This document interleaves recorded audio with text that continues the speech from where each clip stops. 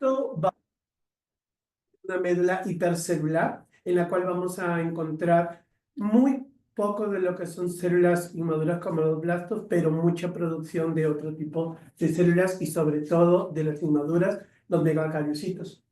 Y toda esta producción exagerada la vamos a ver igual en el torrente sanguíneo.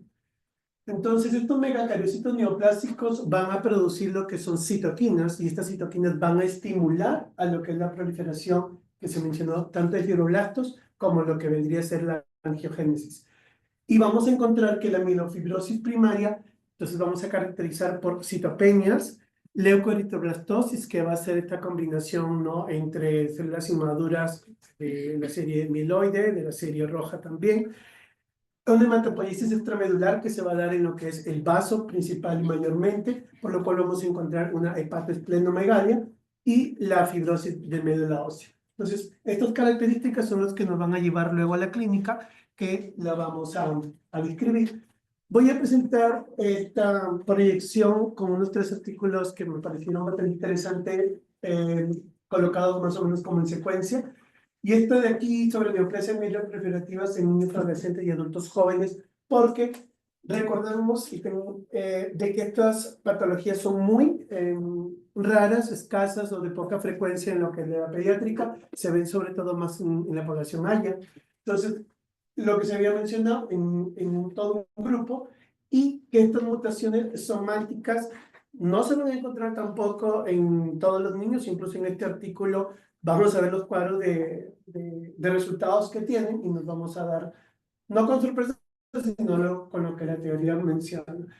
A la cabeza el JAK2B con la, ¿no?, con la variante 617, que es la proporción de la valina, de un 50-60%, MPL de 5-10%, la carretinina en 30-35%, y en este momento, en este artículo, hasta esa fecha, mencionaban a ASXL1 y SZH2 como, de hecho, variante también de mutaciones asociadas incluso a un pronóstico con un riesgo no muy adecuado. Sin embargo, lo que venimos escuchando en nuestras clases pasadas, con trombocitosis esencial y policitemia vera, que incluso existen los triples negativos, donde no vamos a encontrar, de hecho, en nuestros estudios de inmunofenotipo, cariotipos o estas mutaciones. Y lógico, lo que más se teme y a lo que puede llevar y queremos tener presente, la leucemia mieloide aguda.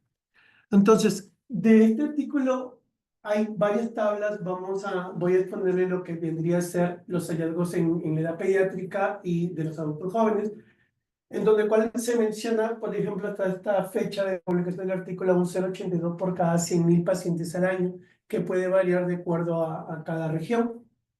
Y en estos estudios vamos a darnos cuenta, si nos centramos en lo que es la mielofibrosis primaria, en estas dos columnas, porque lógico también estudiar las otras entidades, vemos que las mutaciones de las principales, que sabemos ya que MPL y CAR, vamos a darnos cuenta que hay un 0% tanto en el estudio que hizo Delario y en el estudio que hizo a mis colaboradores. Y tenemos una edad promedio de 1,2 años y de 13,5, ¿no? Algo diferente en edades porque estamos como que acostumbrados a ver de que es por encima de los 9 y 10 años. Pero sin embargo acá, miren la edad promedio. Y lo que sí se caracteriza es que la esplenomegalia, pues sí se presenta en la mayoría de estos pacientes, o por lo menos en un 50%. Aquí pues les pareció menos de lo que reportan otros estudios. Y algo más que señalé aquí es que pues el porcentaje de muerte pues vemos que sí es relativamente, no relativa, es alto, un 42, incluso 50%. En lo que son los estudios de adultos jóvenes, en los estudios que hizo Bodu y Suber, vamos a ver que aquí sí, como la edad es algo mayor, vemos pues 33 años, 37 años, aquí sí vemos que los porcentajes en la aparición de mutaciones es más alto, que es lo que se espera. E igual, vamos a verlo en este estudio de Barcilia, también 9 de 15, que llega a ser un 60%, van a presentar estas mutaciones. Entonces, vamos a no esperar tanto en nuestra población pediátrica esta presencia. En este otro artículo vamos a comenzar a apoyarnos para detallar los hallazgos que vamos a encontrar en nuestros exámenes auxiliares. Este estudio se hizo en el Hospital de Texas, Hospital Infantil de Texas, en donde se identificaron biopsias de médula ósea con diagnóstico de mielofibrosis y fueron revisadas desde enero de 1984 hasta abril de 2011.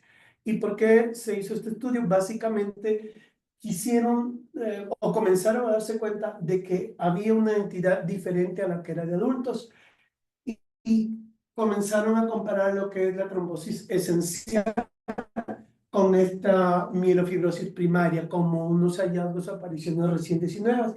Y comenzaron a darse cuenta que había diferencias como que la celularidad tenía un incremento marcada, pero en relación a la edad, que la proliferación pronunciada y la granulopoiesis era, era mayor, pero había una reducción de los precursores eritroides, hablamos de la mielofibrosis primaria, y de hecho había translocaciones no endoteliales frecuentes, megacariocitos gigantes que mostraban hipercromatina, y no había tampoco mucha cantidad de reticulina, pero habían cambios que los voy a presentar en otro call. Y de forma estática vamos a darnos cuenta que tanto en la trombosis esencial como en la mielofibrosis primaria se parecen. Sin embargo, si vemos los gráficos, vemos mayor celularidad en la entidad que ahorita se está en estudio. Vemos que las plaquetas tienen similares características, sin embargo, son mucho más agrupadas en este lado de acá, como que más condensadas, y de hecho van a tener más cambios displásicos en su núcleo. Y la reticulina va a ser un mayor porcentaje comparada a lo que son las patologías que hemos visto hoy en clases anteriores. ¿Serían las plaquetas o serían los megacariocitos? Megacariocito. Gracias por la corrección. Exacto, forma inmadura. Entonces, en este mismo estudio, vemos a lo que es el microscopio la tinción HIE, hematoxilina y eosina, que se va a presentar esta hipercelularidad, hiperplasia megacariocítica, que la vemos aquí. En la tinción de reticulina, pues vamos a marcar estas fibras, estas líneas marrones que las vemos en la gráfica, que van a cambiar de acuerdo hacia un grado 1, 2 o 3, que se va a describir más adelante, esta conformación. Y lo que les pareció interesante en este estudio, de que la eosinofilia, como un conteo absoluto mayor de 600 células por milímetro, les daba casi el 50% de pacientes en el hallazgo de médula ósea, que es lo que no se veía en adultos. O sea, no lo colocaban como un criterio diagnóstico, pero sí era una observación como diferente para el estudio en la población pediátrica. Entonces, hicieron una descripción, de hecho más morfológica, de cuáles eran las cosas comunes que compartían estos pacientes pediátricos. La eosinofilia, lo que se había mencionado, esta displasia de megacariocitos en los cuales los núcleos eran multilobulados o los lóbulos eran disparejos o agrupados todos los megacariocitos, separación de lóbulos nucleares, y había micromegacariocitos, que cómo los podían identificar, porque podían confundirse con otro linaje celular, eran confirmados con la inmunohistoquímica y detectar el clúster 61. Y en ninguno de los casos para este estudio se observaron blastocitos. Y pues esto es parte de ese estudio que vamos a ver adelante, y es que los tratamientos son muy similares a las entidades que hemos visto anteriormente, pero para mantener o un resumen, en el trasplante específicamente de células hematopoyéticas, en el cual tuvo incluso una mortalidad de hasta 50%, que se ve en distintos estudios, y que el acondicionamiento pudo ser relativo en ser pacientes de reducción de intensidad en 3, sin embargo la respuesta o el porcentaje de mortalidad sigue siendo igual alto. Respecto a la clínica, para recordar, pues comparado a los adultos es algo variable, porque en niños lo que se va a presentar más es un dolor de cabeza intenso, cefaleas intensa, este dolor abdominal que está relacionado al incremento del volumen del vaso. Van a haber dolores musculares, osteomusculares, específicamente lo que es extremidades tanto inferiores como superiores, y la eritromelalgia o algias, que vendría a ser como un síndrome tipo de Raynaud, en el cual se presentan estos flashes tanto en manos como en pies, que de color rojo, eritematoso, y que pues va a llamar la atención en los niños. ¿Qué otras características? Pues pueden haber, de hecho, fatiga, hay picazón, puede haber trastornos o desórdenes a nivel del desarrollo psicomotor. Y lo que más va a caracterizar a los pacientes un gran porcentaje es esto, pues el volumen del vaso, ¿no? Que vendría a agruparse o estar dentro de lo que son las neoplasias mieloproliferativas clásicas, que sería no ideal para los niños, pero sí para el que estudia encontrarlo. Y lo que más, las complicaciones más indeseadas que tenemos en esta patología, pues de hecho son las complicaciones hemostáticas, ¿no? Por las alteraciones que tenemos de las líneas celulares y la transformación de la enfermedad a la leucemia mieloide. Entonces, ya en artículos más recientes, pues comienzan a resumir de que toda esta clínica se va a dar por dos grandes características de lo que sucede en la economía. Las citocinas de las células clonales son tantas la población que producen estas citocinas y que de acuerdo a la reacción inmunitaria del paciente va a llevarnos a que refleje estas clínicas como los hallazgos, que son los cambios en el estroma de la médula ósea, una eritropoiesis ineficaz, que también de hecho vemos afectado si hay un JAK2 mutado, la hematopoiesis extramedular, la caquesis, síntomas constitucionales que se han mencionado. Básicamente, pues es como responsabilizar a estos dos pilares. Entonces, para el diagnóstico, la estratificación del riesgo y el tratamiento, basado en este artículo de Methodology, recordar de que todo lo que vamos aprendiendo o aplicando en la población pediátrica viene siendo estudio de adultos. Entonces, aquí que tenemos de las neoplasias mieloproliferativas consideradas como las JAK2, ¿no? Que pues para el 2016 la Organización Mundial de la Salud ya las agrupa, pues tenemos las leucemias mieloides agudas y en la otra columna las neoplasias mieloides crónicas, y vemos que en esta columna están ya presentes las que venimos estudiando, la policitemia vera, la trombocitopenia esencial y la mielofibrosis primaria. Entonces, están dentro de este grupo clasificados. Y la mielofibrosis primaria, por lo menos en lo que es los estudios adultos, tienen dos grupos dentro de esto, que es la prefibrótica y la abiertamente fibrótica, o que podría ser ampliamente fibrótica. Entonces, la dividen la mielofibrosis primaria en relación a sus mutaciones, echándole o dándole responsabilidad a lo que es JAK2-MPL y la CAL-R, que vendrían a ser las mutaciones conductoras, como desencadenantes o las que estimulan. Y vemos aquí que estas mutaciones, que pueden variar en sus exones, vemos que la frecuencia en la mielofibrosis primaria es un 65%, y la relevancia de esta patogenia es que contribuye a una mieloproliferación anormal y a la hipersensibilidad del factor de crecimiento progenitor. Tenemos aquí que en lo que es la calreticulina, que puede haber con sus variantes en el exón 9, que puede haber deleciones e inserciones a ese nivel, llega a presentarse en un 25% en los mielofibrosis primaria, mientras que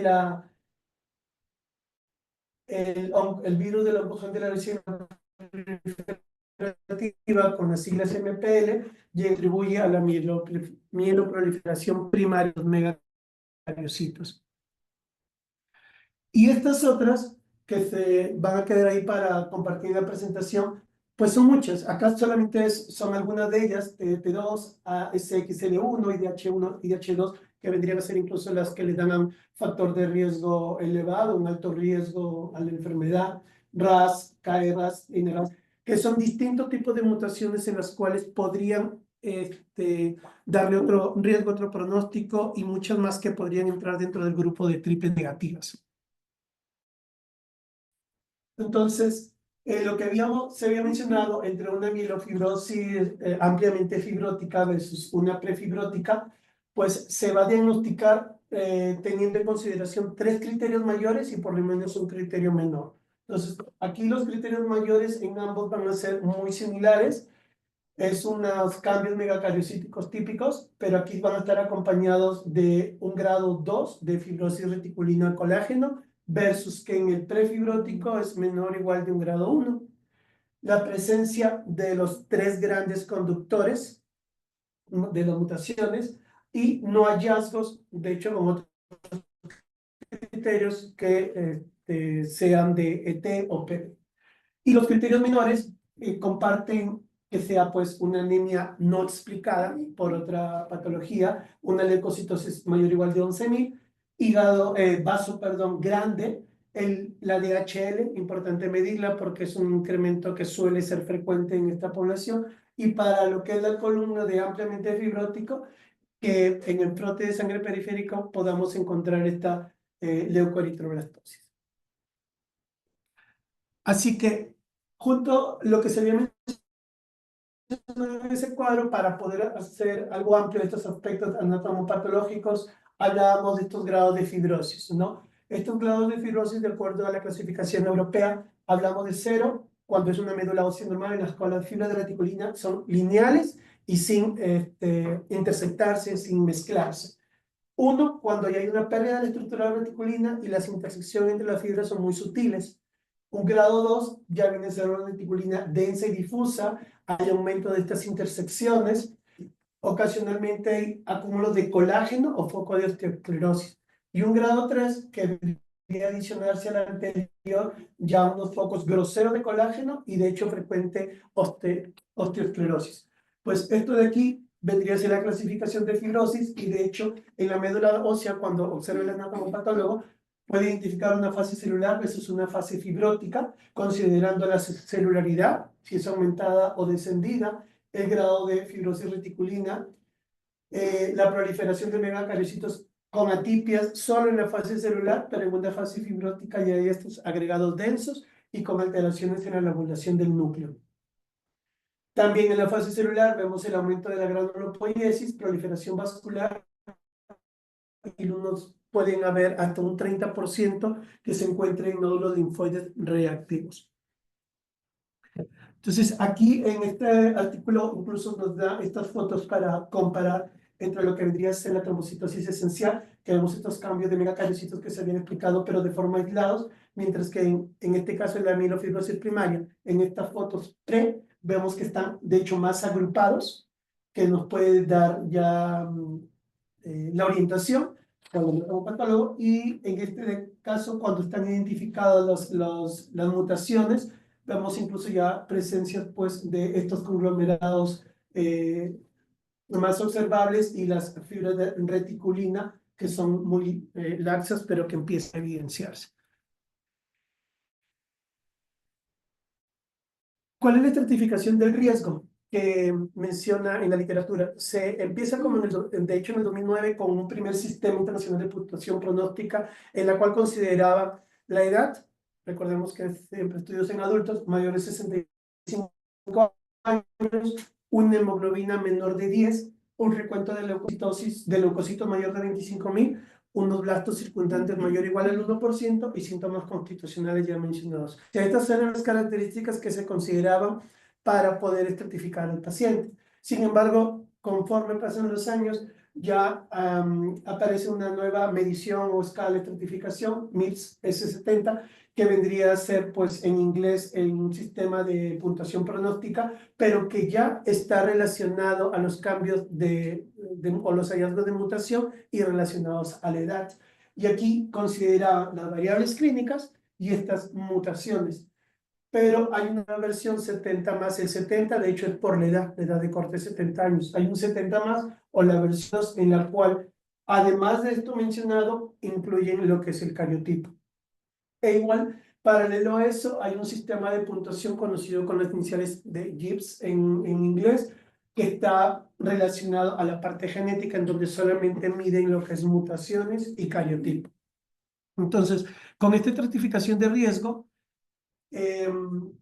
vamos a ver que en la 1070 versión 2.0, que es la que más se utiliza, igual a GIPS comparativa, vamos a tener variables genéticas y las variables clínicas que se habían mencionado. En las variables genéticas tenemos un cariotipo de alto riesgo, muy alto riesgo, que le da 4 puntos. Y ese cariotipo de muy alto riesgo lo tenemos aquí, de lesión 7, inversión del 3, del isocromo 17Q, 21, 19, ¿no? Como adicionales. Y los que no figuran acá entrarían en un cariotipo desfavorable por 3 puntos, mutaciones de muy alto riesgo, mayor o 2 de estos hallazgos le da 3 puntos, y estas mutaciones de alto riesgo, en el primer cuadro les había mencionado solo 2, ASKL1 y STH2, pues se incluyeron más conforme avanzaron los estudios, IDH1 y IDH2, y últimamente una U2AF1Q157, no la vamos a memorizar, pero se van buscando porque les dan, de hecho, no buen pronóstico. Tenemos que si es solo una mutación de alto riesgo, le da 2 puntos, y si es un tipo CALR2, 2 puntos. Y las variables clínicas, si hay una anemia severa, anemia moderada, platos circulantes o síntomas constitucionales. Pero aquí las anemias severas o moderadas las dan de acuerdo a la edad que tienen adultos, que si es hombres o si son mujeres, mayor o menor igual a un corte de 9 gramos por decilitro o de 8 gramos por decilitro. En el caso de nosotros, de la población pediátrica, tendría de hecho que ajustarse a la edad. Y pues vemos que en la parte inferior, esta sumatoria de puntos van a darle esta clasificación en muy bajo riesgo, un riesgo intermedio 1, un riesgo intermedio 2, un alto riesgo y un muy alto riesgo. Esto dependiendo de cuál de las dos. Como vemos aquí, pues acá solamente son 4 versus estos que son 1, 2, 3, 4, 5. Por eso cada una va relacionada. Y entre paréntesis vemos la edad promedio de sobrevida, y de hecho, pues, cuanto más alto es, como en todas nuestras patologías, es mucho menor. Imagínense acá, en muy alto riesgo, la edad promedio de 1.8 años versus 16.4 años si es un riesgo bajo. ¿Qué nos muestra acá? Los algoritmos que nos vienen a dar como una orientación, orientarnos a cómo clasificar y cómo tratar. Para eso los notificamos. Se menciona que los de bajo riesgo y de muy bajo riesgo, tanto para adultos como la población pediátrica, es mejor observarlos. Dar tratamiento, lejos de ayudar, va a producir incluso mayor clínica de complicaciones por los mismos fármacos. En lo que es alto riesgo y riesgo, que me voy a que es un trasplante alogénico de células madres. Sabemos que la mortalidad es alta, pero es una opción para ellos, ya que la supervivencia de vida media, acuérdense, de solo 1.9 años. Y lógico también poder buscar estudios, los clinical trials, para que puedan tener pues otra opción. Y ya en medio quedan los de riesgo intermedio, en los cuales a los 10 años tienen una sobrevida de 30%, de acuerdo al tratamiento que les vamos a poder ofrecer. Y aquí incluso lo dividen si se presenta, o para lo que es tratar la anemia, como andrógenos, danazol, talidomida, corticoides como la prednisona, si hay esplenomegalia, la hidroxiuria, el ruxolitinib, poder llegarse a lo que es esplenectomía, si hay síntomas constitucionales o si hay realmente sintomatología localizada en huesos o extramedular. Entonces, en base a esto, lo que venimos escuchando, leyendo, es que por ahora lo que se puede utilizar en niños, que no es tampoco la mejor elección, pero es lo que tenemos para ofrecer, es ruxolitinib, que sabemos que se va dirigido a lo que es las mutaciones del JAK, ¿no? Y incluso hay dos estudios, COMFORT 1 y COMFORT 2, en el cual compararon ruxolitinib versus placebo y versus la mejor terapia que se tiene en ese momento, y definitivamente utilizando el ruxolitinib tenía mejores resultados, ¿no? En lo que es la clínica y hasta algo en la sobrevida. Lo que sí se tiene es que se presentan, de hecho, las complicaciones hematológicas como es anemia, trombocitopenia, que siempre se tiene que estar vigilando. ¿Qué es lo que se encuentra y se va publicando? De que igual existe una alta tasa de interrupción por las clínicas que se produce hasta más de un 90%, ya a partir de los 9.2 meses en los que se abandona el tratamiento. Hay un riesgo también de encontrarse un síndrome de abstinencia, colocado como tal, cuando se deja de usar y se presenta con recaída aguda de los síntomas, la esplenomegalia acelerada, citopenias, descompensación hemodinámica ocasionalmente e incluso en algunos casos se presenta su reporta shock séptico. Y de hecho las infecciones oportunistas que no faltan pues pueden llegar a ser de hechos mortales. Aquí, solo igual para dejarles en la presentación que hay otros productos que se utilizan en adultos que si no responden a ruxolitinib como si fuera una primera línea o de acuerdo al conteo de plaquetas, hay opciones como el fedratinib, momelotinib, pacritinib, que podrían también ser usados, pero hablamos más de población adulta joven, de la población AYA. Igual tenemos esta lista de drogas que se va a poder quedar ahí para que la puedan revisar. Y nuevamente presento este algoritmo de tratamiento para mencionar de que lo que se había dicho, de que la opción para los de muy alto riesgo es el trasplante, hay siempre el cuco, que es ¿no? el manejo del ESH, que puede ser agudo, que puede ser crónico, que es al cual se le atribuye la causa de las muertes.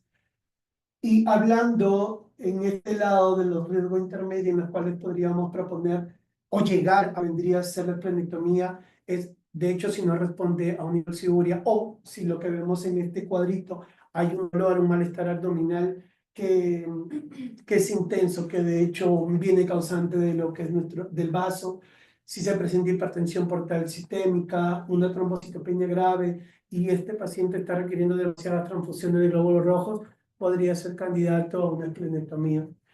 En otros estudios también se propone, de hecho, la radioterapia local, que más se ha visto, de hecho, en adultos jóvenes y adultos, se puede dar 100 centígrados en 5 a 10 fracciones y puede variar estas dosis. Entonces, para el manejo, en niños completamente asintomáticos no debe recibir medicamentos, digan como conclusiones de lo que es el manejo. Por allí hay de hecho estudios en los cuales se ha utilizado citorreductores, pero son muy particulares y específicos y lo señala si hay una trombosis severa, así como una hemorragia severa, podría considerarse. La hidroxiuria, que puede variar de 5 a 15 miligramos por kilo 24 horas como una dosis de inicio, que puede llegar incluso hasta 30 o 40 miligramos por kilo. El interferón alfa, que no hay muchos estudios realmente que se utilicen en población pediátrica. Si buscamos incluso el interferón alfa, hay de hecho más detalle de cómo usarlo en relaciones a problemas virales como son hepatitis B, hepatitis C crónica. La anagrelida, que definitivamente no hay en niños estudios que se hayan utilizado, pero sí propuestos en la población adulta. Y tendríamos como conclusión de que la fibrosis excesiva de la médula ósea más menos la pérdida de células hematopoyética y hematopoiesis extramedular nos orienta, de hecho, a esta patología. A menudo es primaria. Hay un trastorno clonal de las células hematopoyéticas, recordando que las mutaciones YAG, MPL y CAL-R son las conductoras o las desencadenantes, que algunos tienen un curso rápidamente descendente y progresivo con una supervivencia corta, como lo hemos visto en el cuadro, y que por el momento, además de la hidroxiuria, el ruxolitinib es la terapia de elección para el control de síntomas. El trasplante de células madres halogénicas es beneficioso en casos seleccionados de alto y muy alto riesgo. Muy bien. No sería. Muy bonita tu presentación. Muy bien. Todos tienen su factura, ¿no? Ruxolitinib en pediátricos son muy raro que sean JAK2, que sean JAK. Y el trasplante les hace de verdad, y no sé la razón, pero unos age agudos y crónicos muy tremendos. Mencionaba de Difícil que, manejo. debido a esto de que encontré, como hay tantas citoquinas, o sea, tienen un lecho muy proinflamatorio que podría ser, o La sea, razón. la razón de que hagan un nervio. Y no consideran como en histiocytosis que también hay muchas citocinas antiinflamatorias como Indometacina, esteroides o algo así. o sea, que se ha utilizado por épocas y ahorita volvió No sé. a usarse. Pues Porque el tratamiento es sintomático. O sea, yo pienso que no tendría un papel tan pequeño, pues a lo mejor que te inhibe la situación. sí, el detalle de que igual sigue siendo una población muy pequeña en lo pediátrico, de que se presente, quizás por eso también para poder considerar ingresarlos a estudios, ¿no? De esa respuesta que estoy diciendo. Porque los niños, que tuvimos algunos niños que ya no se han repetido, digamos, muy pequeñitos con histiocytosis multisistémica, con afectación a la médula ósea, después eran muy dependientes de transfusiones, se transfundían ya cada 15 días, cada semana, etc. Entonces, cuando se les volvía a repetir su biopsia de médula ósea, me reportaban morían, pero tenían mielofibrosis. Entonces, la verdad sí es como la fisiopatología, yo considero que era también el aumento de las citocinas, porque en la histocitosis también era, de hecho, por eso se usa indometacina. Entonces, yo creo. Ahora, pero doctora, y esa uso de indometacina debido a que está en mielofibrosis, ¿no entrarían como en un cuadro de secundario versus esto que sea porque aquí primario? es por Tendría. Sí, aquí es No. por ya. No, pero yo nada más lo comento como que el tratamiento finalmente es Sintomático. paliativo, casi, porque en realidad es esplenectomía, transfusiones, Sí. y observación nada más. Sí, no ha avanzado mucho, hidroxura, pero no los estás curando realmente, es paliativo. Entonces, por eso, o sea, equiparándola o paralela a la histocitosis, que también Que hay un pudiera aumento así, o que eso, por la fisiopatología. sí, que no, o sea, son enfermedades diferentes. Aquí hay la mutación, acá pues no, pero la mielofibrosis ocurrió también por como acá tú lo comentabas al principio, en la fisiopatología, los megacariocitos, productores de citocinas. Sí, acá para la mielofibrosis es mucho los megacariocitos los que tienen, como en las M7, ¿no? Que también Sí, ocasionan también. mielofibrosis. Sí, o sea, nada más se me ocurre como, bueno, si el manejo Sí, es que muy pudiera sintomático, de apoyo, pues. ¿Quién sabe si haya algo? Y Habrá que buscar. se ha tenido pacientitos. No, creo que no, ¿verdad? Pues de mielofibrosis hemos tenido, ¿cómo se ¿Cómo se llama? las de histocitosis Sí. que yo sí he tenido, Sí, pero M7, primaria pero ya como, no. ajá, creo que no. Bueno, O que no lo hayamos detectado. Pero bien que sea. Porque por lo que veo con los artículos que presentas, como que pudiera ser incluso un poco más frecuente que las otras entidades que ya hemos visto. Porque si hay reportes de 19 pacientes, de 24 pacientes, no sé. Pensarlo. La siguiente mielofibrosis, pedirle en médula, digo, como reportista patológico, primero pedirle el abordaje y dices, igual y sí tenían esplenomegalia. ¿Cuántos niños que tenemos atascado ahí que no damos pie con bola? pero no reportan mielofibrosis en la médula. Porque, Sí la reportan. porque la anatomopatología, como la describe allí, pues, o sea, es buscar las reticulinas, los colágenos, los Y si megacariocitos. por algo no, tendríamos que pedirla, porque es contención de reticulina, o sea, no Y sé si de rutina lo hagan o sería como dirigir a los patólogos. Pues a mí sí yo no la verdad yo no les mandaba, pienso en mielofibrosis. Y te la ellos, reportan. al ver la mielofibrosis, sí, y me lo reportaban con esas bandas de recuerdo ahorita de los niños que tenemos últimamente de Guadalupe, Montserrat, Guadalupe, también en una de las médulas, de las biopsias reportaban, sí reportaban mielofibrosis. Sí lo reportan, sí lo reportan. Pero como te diciendo, si es buscarle dirigido entre un diferencial diagnóstico Pues para nosotros los escritas como un recordatorio de que esto puede existir y para usted que lo sospeche. Yo creo que ese es el motivo de que sí venga en su POA El mismo lupus sí Está muy lo bueno. ocasiona Sí. mielofibrosis. Sí. Pero pues sí se nos ha escapado buscar las indicaciones. Bueno, preguntas, comentarios, chicos, chicas, ¿no? ¿Todo bien? ¿Quién es el siguiente ponente? Tú, sí, con leucemia. Bien. Muy bien. Hay una